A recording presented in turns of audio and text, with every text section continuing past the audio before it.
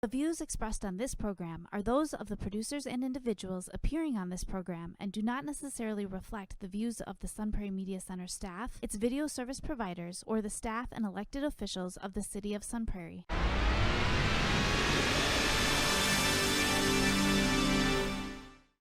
Hello and welcome to Real Reviews. My name is Jamison Rabbit, and this week I am joined once again by a special guest host all the way from Oklahoma. It is his previous guest, a podcaster, a filmmaker extraordinaire. His name is Jason Spencer. How are you, sir?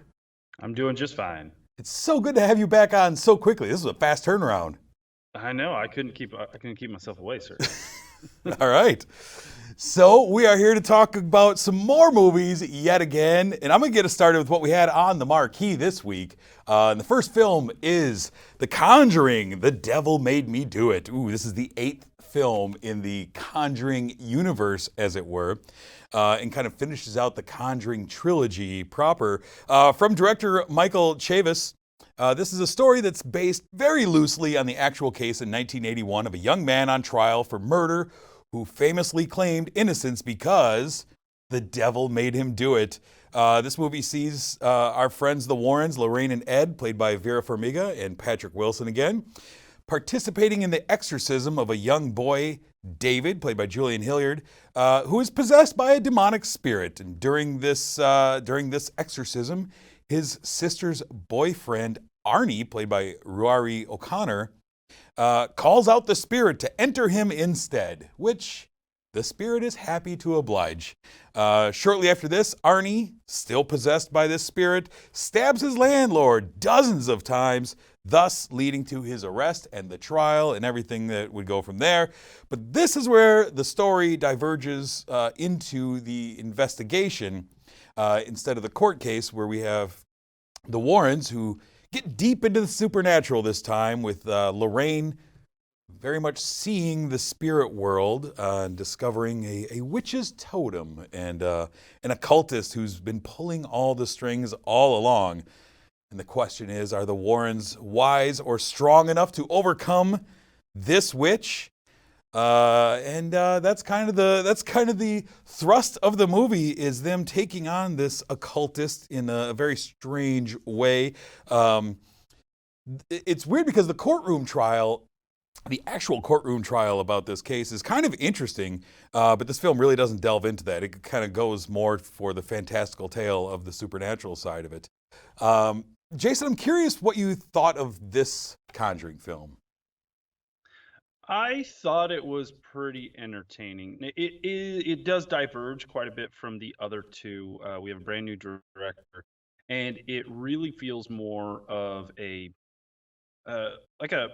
thriller cop procedural type thing, as opposed to a haunted house type show that we've seen before. And I didn't mind it. I love the pairing of these two as Ed and Lorraine. I think the Conjuring universe has been fairly consistent in terms of how entertaining each movie is. Mm-hmm. Ultimately, though, it didn't bring as many scares or as frights as I would have liked. And I think it struggled with that part. But otherwise, it was really entertaining. I will say that I watched it from home. Mm-hmm. I did not see it on the big screen. And one of the things I thought when I finished out is that I would have preferred to have seen it in a darkened theater on a big screen. I think that would have helped the experience of this film for me. Yeah, I think the strength of the Conjuring movies is the chemistry of Ed and Lorraine, of Patrick Wilson and Vera Farmiga. I think their chemistry is really strong. It's really believable. You feel like they care about each other. And even just the little things they do when he's carrying her purse for her and she's worried about him. I think that's what makes these movies really fun and interesting, and has always kind of sucked me into these. You know, I'm not a big horror guy, but I think these, especially the first two Conjuring movies, are really some of the strongest of that genre we've had in quite a while. This one was interesting, though. I felt like at some points this director and this writer kind of took some shortcuts that kind of undercut some of the tension in the story. This one really became a lot about pitting the existences of God and the devil against each other, and and they want to sound really smart with it when Ed, says, the courts accept the existence of God when they have people swear in. Now it's time to accept the existence of Satan. So that's a really cool line, but they didn't really do a whole lot with that line, as far as the court side of it and really staking that case. It felt like they really went deep into the supernaturals, and it felt like they kind of, Vera Farmiga's character kind of had powers that I don't remember her having in this film. It felt a little more Hollywood in that way. Playing up it's 1981. It's kind of the height of that satanic panic that was starting to build. And I thought that could have been used a little more. They just kind of quickly delved, like, no, it's definitely a witch. And I just kind of wanted a little more of that. And I don't know. I felt invested in the story, but I thought that there were big chunks of the movie that kind of felt hokey to me and would, pull me out or frustrate me. And I felt the same way this director did one other film in this universe. He did The Curse of La Llorona, which was my least favorite of all of the Conjuring universe movies, kind of for similar reasons. That they build tension and then kind of blow it off in a weird way, and that always irritated me, and I kind of felt the same way about this. I agree with that thought in that the court case would have added a little bit more to this story than we got. It would have been a lot more interesting to see them both investigating the supernatural occurrences that feature in the movie, but also dealing with what that means inside of that court case. It would have added a little bit more. I would have appreciated that. Sure. Ultimately, what did you end up giving this Conjuring film? I believe I gave it 2 stars. Oh, it says 2.5 on there. Look at that. 2.5. Straight down the middle, really. Sure. It wasn't the strongest of the Conjuring films. It definitely isn't terrible by any means, but it is a departure enough that it's just it's just straight down the road, straight down the line. And I think if you're a fan of the Conjuring universe, you will find this to be entertaining as well. Yeah, I pretty much agree with you on that. I end up giving it 3 stars, basically for the same reasons. Is I enjoy them more than I did this film necessarily, and so I probably cut them some slack because I do like being with the Warrens. I do think it's the weakest of the 3 films by a considerable margin, but it's still entertaining enough. It still offered some scares, and I do agree with what you said earlier that I think if you watched it in a darkened theater, you might get might give you that extra half-star boost because there's just a little different dynamic than sitting there watching it at home, Yep. Let's move on, though, to another film we watched at home for our streaming spotlight this week. We saw a film that came to us from the Ivory Coast. It's a film called The Night of the Kings from writer-director Philippe Lacote. This takes place in a prison in the middle of a forest in the Ivory Coast. This prison is very different because it's run by its prisoners, and there's one man who rules them all, a man named Blackbeard. Blackbeard is pretty much in charge of everything, but he is in failing health, and he has 2 warring prisoners who are eyeing his throne. One guy named Half-Mad and one man named Lass are both waiting fairly impatiently for Blackbeard to step aside one way or another. Part of the tradition in this prison, though, revolves around the red blood moon, and when it comes out, it's a very mystical time here. And just before this red blood moon, Blackbeard anoints a new young prisoner who we meet with the title of Roman. He's played by Bakary Kone. The Roman is a storyteller for this night. And during the night of the blood moon, the Roman must tell a story that lasts the duration of the night, which will help stave off the attack on Blackbeard's throne. And the film takes many fantastical turns as the Roman tells his story of Zama King, a legendary thief that everyone knows. And as he tells the stories to these transfixed prisoners, they participate in many ways, either acting out the action or doing what looks like interpretive dances or singing songs about the story. And there's a lot of interesting dynamics in this film. It's not your standard prison film with warring factions. And it's a tale that I don't think I've ever seen told before. Jason, I'm curious your thoughts on The Night of the Kings. This was an interesting one. I enjoyed it. I thought the world building that they did in terms of creating the world of this prison and the way this prison works and the various levels of hierarchy that you have was very, very interesting. I don't think the execution of it, when you look at it as a whole, was as good as I think it could have been. Mhm. There were some weak moments where I was like, man, I kind of wish they would have worked on this a little bit more. I think the Sure. biggest part of it is we have a group of guards, and who I assume would be the warden Yeah. of the prison. Inside the prison, they're kind of locked themselves away because while there are guards in this prison, the inmates are the ones running the show, and so they kind of just take a step back and let the inmates do what they will. But there's definitely like a story there that we don't really Yes. get to touch on. The main Yes. guy, the main warden, seems to have a personal interest in everything that's going on, but we don't really get to discuss that. It's really, we focus mostly on the prisoners. But the outcome of the movie relies heavily on his personal story. So it kind of fell a little flat in that regard. And I did enjoy the film. And again, I did enjoy the world building, but I think it didn't give me everything that it could have with this world they did build, because it was very, very interesting and the characters were very fascinating. But I felt like we kind of just like blew through half of the movie and didn't focus on some of the more interesting aspects. There was a lot of interesting characters in here, and there was weird dynamics, and not much was really explained. It felt like you dive in, and there's this whole mystical realm inside this prison, and a lot of different things that have to take place, traditions that take place. I'll agree with you. The prison guards and the warden or what have you up there, that felt like a story that was really underserved. There was definitely something going on there that I would have liked to see. There was some other characters that had some weird dynamics that I would have loved to have a little more explained. I never felt like the prison itself was real. It doesn't detract from the film.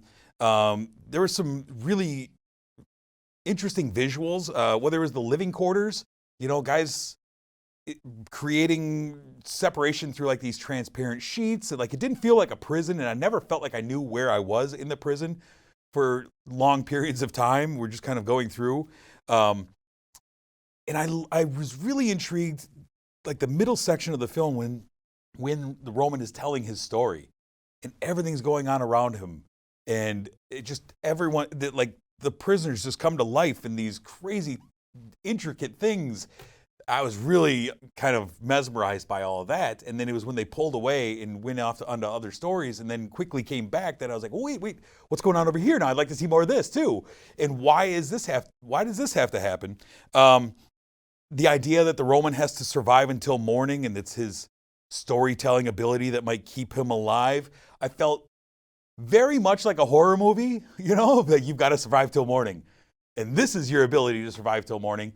I thought that could have been used a little more in a little more interesting way. But it also, like, just the way the visual storytelling of this filmmaker kind of intrigued me because I'd never heard of him, never seen any films of his, and I kind of really want to go check out some other films that Philippe Lacote has made because of like the way he set this up, and just I feel like I got a glimpse into his mind and like, oh, that's some very interesting original ideas for this.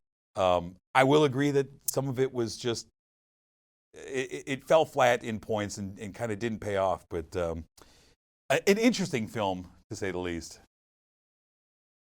Yep, So I agree. ultimately, Night of the Kings. What do we end up giving it? I gave it 2 stars because I do feel like if you're going to introduce us to such a fantastical world that's set within basically the real world, I want to know more. I want to spend some more time with these characters, and I think we sped through it so fast. I almost think it should be a mini series, if you will. Yeah. Because of the quality of the characters that we were introduced to, made me want to stick around a little bit longer. Much like you, I wanted to learn what this prison was, and I wanted to be able to understand where I was in the spatial location. Yeah, I think there was just more there that could have been mined. I wanted to learn more about the Zama King too. What makes him so legendary?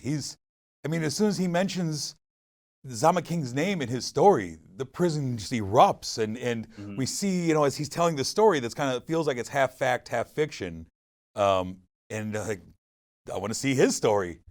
You're right. This would be a great little 6-episode series. That would be fun. But ultimately, I enjoyed it a little more. I kind of just enjoyed everything around the Roman and Blackbeard and their interactions. I ended up giving it 3.5 stars. A lot of that is off of really interesting visual elements in here that I really enjoyed. But I think this could have been really great with a little more time, or a little more development on some of that.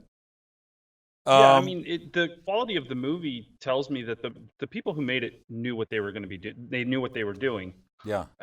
And if this was a 3-hour movie, allowing us to learn more and to experience more of what this world was, I'd have been fine with it. Absolutely. And if you're interested in seeing Night of the Kings, I believe it's available on Hulu. Is that where we watched it? I believe so. I watched it on Amazon Prime. Well, look at you. So did I then. I don't know. Maybe. It's available streaming. That's why it's the streaming spotlight this week. But let's take some time to take a look back. And sir, once again, I turn to you. I said, find me a movie throwback that's interesting. And you found one that I have never seen before, which is sometimes difficult, but always fun. What are we talking about? Which I found weird that you had seen this movie. Never. It was kind of a staple of my childhood. Now, one of the movies that was pitched to me when asked to come on this week was a children's movie about a horse. But I figured since we were going to talk about some pretty heavy subject matter with The Conjuring and with Night of the Kings, might as well bring a horse movie into the mix as well. So I picked as the flashback, The Last Unicorn. Last Unicorn, 1982. It is rated G, but this movie was nightmare fuel for me as a child. So the movie opens up introducing us to the last unicorn, and she discovers she's the last unicorn. She's told she is. And so she goes on a journey to find out what happened to the rest of the unicorns. And what she finds out is that a beast, a fiery red beast called the Red Bull, has driven all of the other unicorns out into the sea. And so she's going to band together with a group of misfits, and she's going to attempt to rescue the unicorns. It's a very musical movie. There are a few musical numbers and some crazy characters like Schmedrick the magician, as you see on the screen, a weird gigantic tree that comes to life because Schmedrick doesn't really know how to use his magic. This thing is full of crazy characters. It's crazy. And it's based on a book. And I feel watching this movie as an adult now I haven't watched it in years, but I can see where the book would have been super interesting and where the movie just shoots along so fast that you don't get to appreciate the creativity and the characters that are presented to us. We get basically vignettes of this book as we zip through to the end of the story. Yeah. I mean, it's directed by Rankin and Bass. I mean, that's a fever dream every time. Every time. That's all they know how to do. And really the fever dream comes into, there is a moment in this movie where the unicorn is captured. This is where she meets Schmendrick because he's part of a traveling roadside attraction type thing. And this old witch, played by Angela Lansbury, of course, it's pretty crazy. She has captured also a harpy, this gross-looking harpy creature, bird, mutant thing, and it's terrifying. Not only is the Red Bull terrifying, but this harpy is terrifying. And I just remember as a kid watching this movie through my fingers in some points because it was just frightening. Yeah, I had never seen this movie at all. And I watched it this week on your recommendation. This is what we're doing. At first, it reminded me of that Lord of the Rings animated film from back in the day, just in the visuals of it. But it's actually a really beautiful film, I think. Incredible music, like the soundtrack mostly provided by the band America. A soundtrack that got stuck in my head. I was singing the theme song over and over and over, The Last Unicorn. It's a scary, dangerous world in this. I can't believe this is shown to children. Like, everyone in this movie is terrifying. So there's some real sickos that are trying to herd unicorns into the sea. There's a vulture attack that would have only worsened my fear of birds in this movie. I forgot about that. Yeah, that was horrifying. Yeah, probably not the best movie to suggest to you now that I think about it. Yeah, I was like, oh, this is why he did it. There's a vulture tearing something apart. I also watched, we saw for a second there in the trailer, a skeleton that I watched get plastered on wine. That skeleton was all about getting that wine.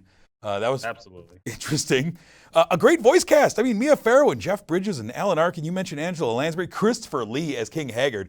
Just great stuff. I actually watched this movie twice this week. I watched it and was, I found myself kind of looking at my phone every once in a while, and then I'd be totally lost. Like, wait, what happened? Who's this now? What's going on?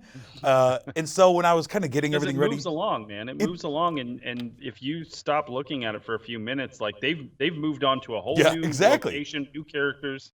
Yeah, and that's what I found. And so as I was kind of getting ready for the show, I'm trying to gather my thoughts, and I was like, boy, I don't know if I was having a fever dream of my own, what happened, but I have to go back and rewatch this movie. And I rewatched it last night, and I really enjoyed it, and I was kind of sucked into it, and yeah, I'm trying to put myself in 1982. I'm 5 years old. I'm watching this. This would have freaked me out. This is a very different world when we show these. I watched it this week with my 7-year-old, so I had to pass along the nightmares. It's pretty amazing. I'm surprised this is a movie that I have not seen before, but this doesn't surprise me because if anyone follows Jason and I over on our podcast, Flicks Podcast, he finds all kinds of insane movies that from his childhood that are terrifying and not meant for children. Yeah, this fits right in with that. Yep. Yeah, well done, sir. Let's take a look at some movies that are coming out soon, and I'm going to look at the weekend of June 18th, where we have a few movies. The first one is the film The Hitman's Wife's Bodyguard. What a title. The sequel to the 2017 film starring Samuel L. Jackson and Ryan Reynolds, and now the wife, Salma Hayek, is in on the fun with a whole bunch of other people. I really enjoyed the first one, and I'm looking forward to this one. And I'm wondering how many more names they can add on to the next sequel. I'm assuming there will be a neighbor involved or something adding into that. Also, the weekend of June 18th, we have a film called Fatherhood, which is on Netflix. It's a comedic drama about a single father raising his daughter after his wife passes away while giving birth. This stars Kevin Hart in the role of said grieving father. And over on Disney Plus and in theaters, we have a film called Luca, the new Pixar film about a boy who's on vacation in the Italian Riviera. He makes friends with another kid who may just be a sea monster in disguise. We're going to find out. But that is all coming the weekend of June 18th.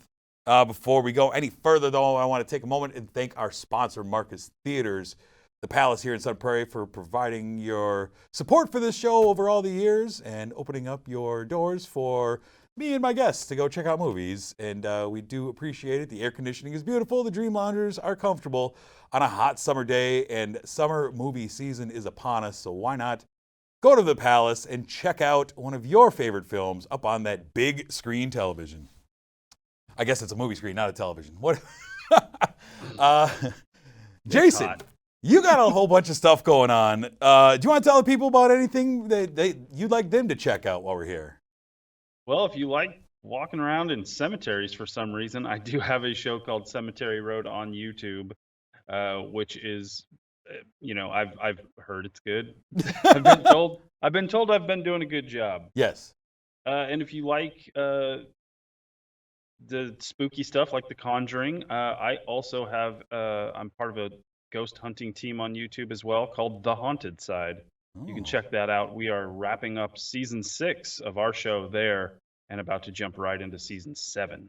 I'm sensing a theme here. And I like the spooky stuff. He likes the spooky. I blame the last unicorn. I could see that.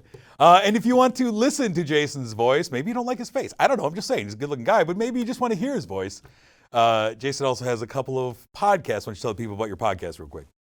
We have the Flicks podcast, which is myself, my friend Dan, and Jamison, of course, where we talk about random movies. If you like us waxing poetic about The Last Unicorn, you'll love the Flicks podcast. And then me and Jamison also do Real Films podcast, where we discuss all sorts of documentaries that we come across. And you can find those on iTunes or wherever you catch your pods of choice.